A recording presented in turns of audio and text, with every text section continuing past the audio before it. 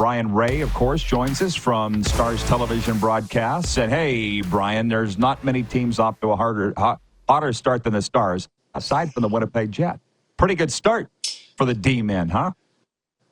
No complaints, I think, in Stars landing here, right? I don't know if a lot of us saw Winnipeg having a start like this. So combined with what Nashville and Colorado have and have not done. But if you're on the Dallas side of things and you're going to win 5 of your first 6, I think you'll take that every day of the week and twice on Sunday. And for whatever reason, Dallas has been good in October under Peter DeBoer. They find a way to start strong and at least bank some early points, which doesn't guarantee you anything at the end of the season, but if you can have a couple of points in the bank early on, it does feel like you're on a stronger footing than maybe half the teams or 2/3 of the teams out there.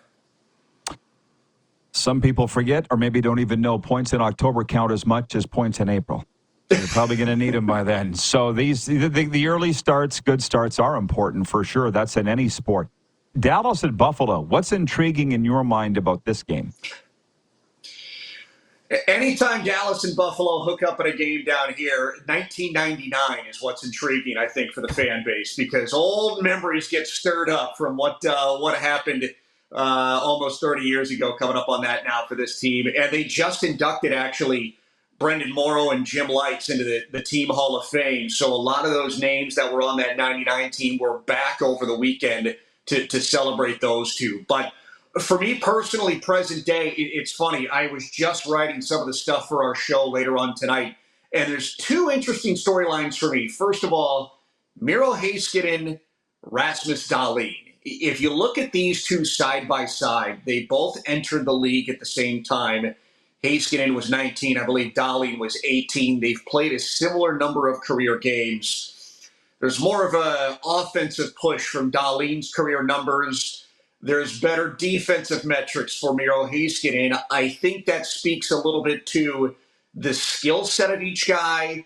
Buffalo has not been the same type of competitive team Dallas has been since Miro Heiskanen's been on it. That's part of it too. But 2 guys that were at the top of their respective drafts, I think they're a little bit connected at the hip in terms of storyline. The other one is Jason Robertson against Tage Thompson. And if you go back 2 seasons ago, Thompson was a 47-goal scorer. Jason Robertson was 46 goals. They were both top 10 in the NHL. Last year, they both had 29, and I think they were in the 40s of rankings in terms of goal scoring.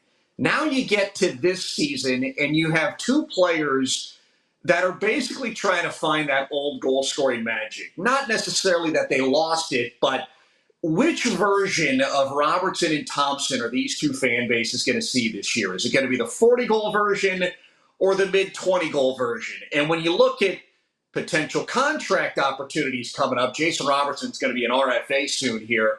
In Tage Thompson's career earnings potential, those are 2 very big numbers and 2 very different ballparks, 40 goals and 20 goals. So I think they're kind of 2 players that share similar potential career storylines, contract storylines, on-ice production storylines, and which version are we going to see this year?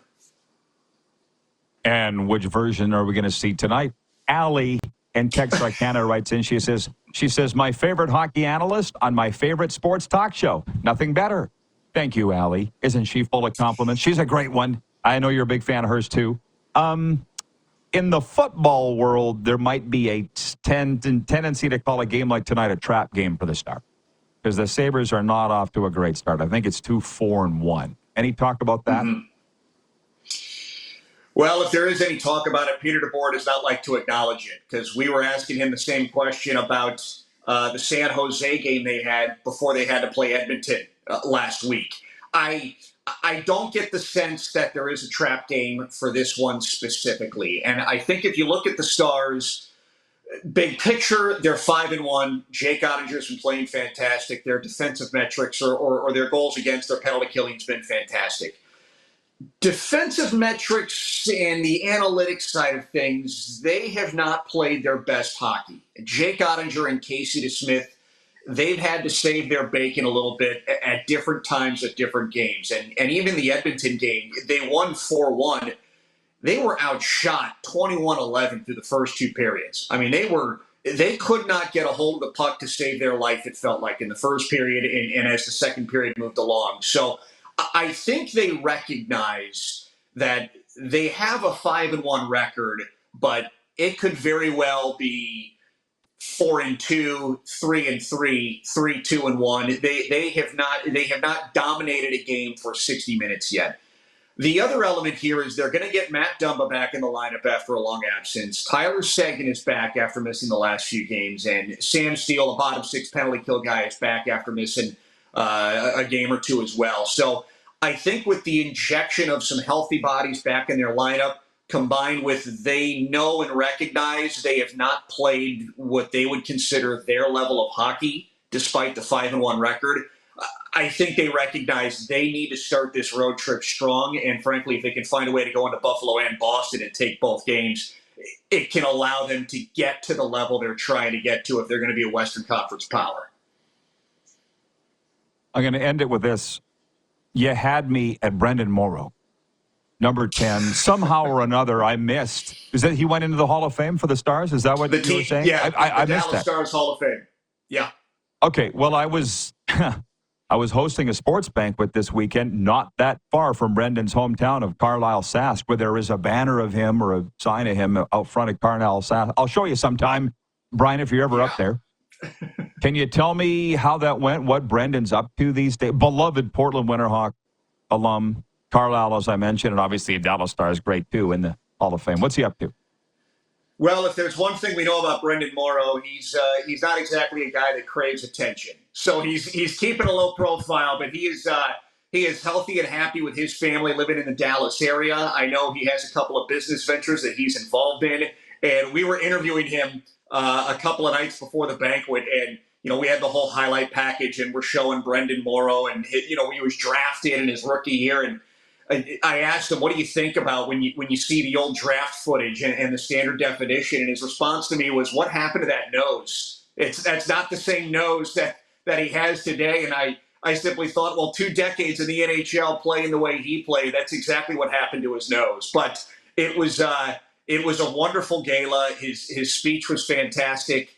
I think his best line from the speech, because he's not a guy that craves attention. He made the joke that when you're talking to an audience, you're supposed to imagine the audience naked. But as he was doing that, he realized his parents had fantastic seats for his speech going into the Hall of Fame. So, yeah. So he enjoyed it. Everybody enjoyed it. And there was a lot of people there to celebrate him and Jim Lights. And I think he's enjoying post-hockey life here in Dallas with his family. That's basically what the gist is.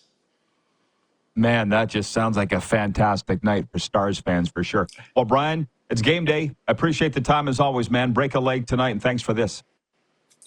Good to have you back. Good to be back for you this season. Appreciate it, Rod. Thank you, buddy. Oh, the best. Brien Rea, Dallas Stars television analyst from Valley Sports.